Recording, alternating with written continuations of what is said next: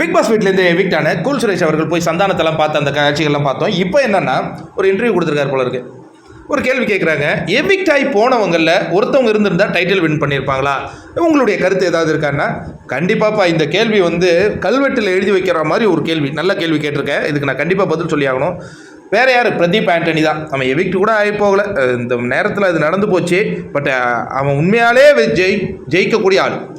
இன்னொன்று என்னன்னா, அந்த கேம்னு இருந்தான்ப்பா, என்னவோ இதுங்க சதி செஞ்சானு கூப்பிட்டு அப்படிங்கிற மாதிரி ஒரு மனசில் சொல்ல. ஏன்னா மாயா பூர்ணிமா இவங்கெல்லாம் நமக்கு அவங்க சில பேர் இவங்க நல்ல வல்லவர்கள் அப்படின்னு சொன்னால் கூட நமக்கு மனசு போகவே மாட்டேங்க. என்ன மாதிரி ஆளுகளுக்கு, உங்களை மாதிரி ஆளுகளுக்கு சில பேருக்கு போகும், அவங்கள மாதிரி ஆளுகளுக்கு போகாது.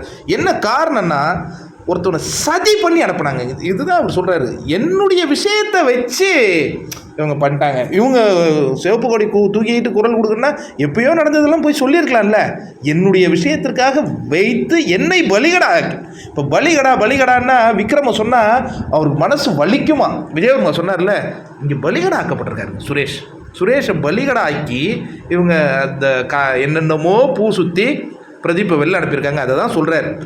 ஏங்க கமல் சார் வந்து இப்போ எக்ஸாம்பிளுக்கு நான் சொல்கிறேன், என்னையுமே நானும் பிரதீப் ஆண்டனியும் கமல் சார் கூட்டிகிட்டு வந்தால் கூட என் கையை அவர் தூக்குற மாதிரி இருந்தால் கூட, இது ஒரு கற்பனைக்கு தான், அப்படி இருந்தால் கூட என் கையை விட்டுட்டு நான் பிரதீப் ஆண்டனி கையை தான் தூக்குங்கன்னு சொல்லுவேன். அந்த மாதிரி ஆள் நான்.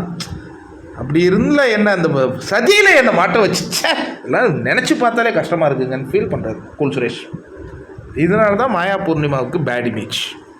வெளில வந்து தான் தெரியும். இப்போ உள்ள சரி, என்ன பிக் பாஸ் வீடு ரொம்ப ஆனந்தமான வீடாக மாறி போச்சு. ஒரு 2-3 வாரம் நீங்கள் பார்த்தீங்களா? 2 வாரம் இப்படியே போயிட்டு இருந்ததுன்னா இது கேம் ஷோ, பிக் பாஸ் ஷோன்னு நமக்கு தெரியாதே.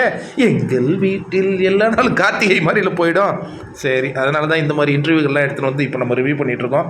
நீங்கள் என்ன நினைக்கிறீங்க கூல் சுரேஷின் கருத்து? கூல் சுரேஷ் டைட்டில் வின்னர்னா அது பிரதீப் ஆண்டனி தான் சொல்லியிருக்காரு.